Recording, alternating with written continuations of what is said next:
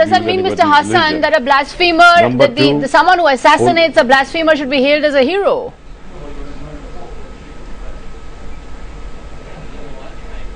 Well, again, there are some misguided people who have hailed him as a hero, but there are also his followers. And you know, Pakistan is in the midst of a war against terrorists and extremists. And obviously, there are extremists who are the supporters of this killer. But again, does that not mean that entire Pakistani society is in line with that extremist? Pakistani society is a liberal society. They want Islam to spread as a religion of tolerance, peace, and harmony. There is no such thing as violence in Islam, and this is all a wrong perception that is being generated by the media.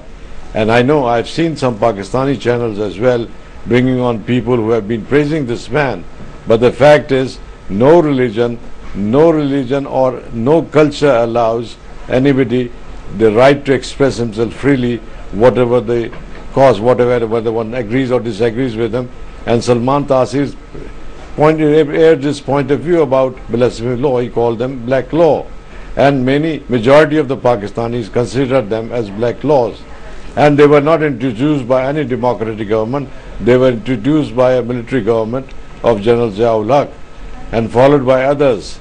And Benazir Bhutto, when she was in power last, she tried to reduce the impact of blasphemy laws by introducing a procedure, administrative action into it, by putting it compulsory that any blasphemy case should first be reported to a magistrate, and he should make inquiries, and if he is satisfied, then the case should be, FIR should be lodged. If he is not satisfied, then he should punish the person. But the point is, how much of your views are echoed by your countrymen back in Pakistan? Let's get a word in from Mariana Babar joining us on the phone line from Lahore. Mariana Babar, the last tweet of Salman Taseer was that, I will fight against this law even if I am the last man standing. He seemed to think that he was in a minority in opposing this kind of law, an impression that is borne out by the kind of utterances of clerics and bloggers and people on Facebook about his killer, that in fact the killer is in the right and he was in the wrong. He seemed to feel he was in a minority, and that seems to be borne out after his death. Yeah, well, just a small correction. I'm in Islamabad and not in Lahore. And these are very brave words from the High Commissioner that we just heard. But believe me, it is scary in Pakistan. And to give you one example was when Mr. Qadri was produced at the local court for physical remands, there were people who were showering rose petals on him. And suddenly I thought, this is the wrong time and the wrong country to be in. Because we have become now the minority. So have you given up, Ms. Babar? Has the liberal elite given up on Pakistan? Is it the death, the end of liberal Pakistan? No, I won't go so far to say it's the end.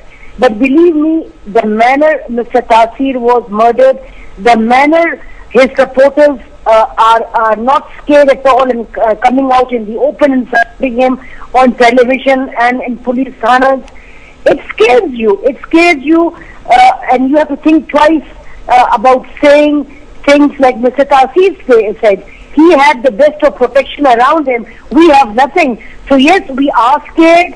We will think twice before we write or we talk openly, because it's not that the numbers are dwindling, but the ones who are against freedom of thought of our liberal society, they are gaining strength day by day, and we, Mr. Jinnah's Pakistan, receding back.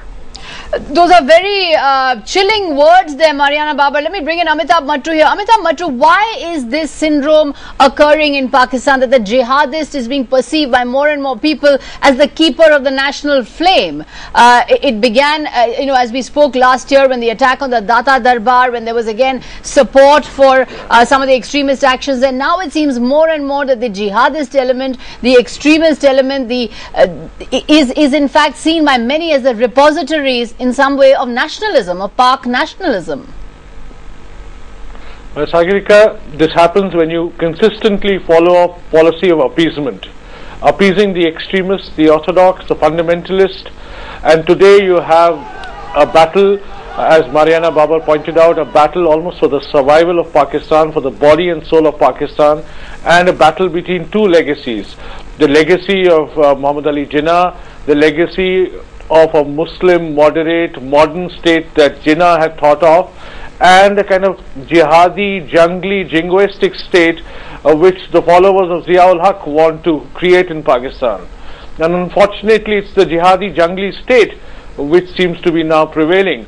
But let me say that there are very brave people in Pakistan who are continue to resist that strong movement, and we have to, although I think it's dangerous for India to identify with them, patronize them, but all liberals all over the world need to support that diminishing breed of liberals in Pakistan who are still fighting for the soul and body of Pakistan.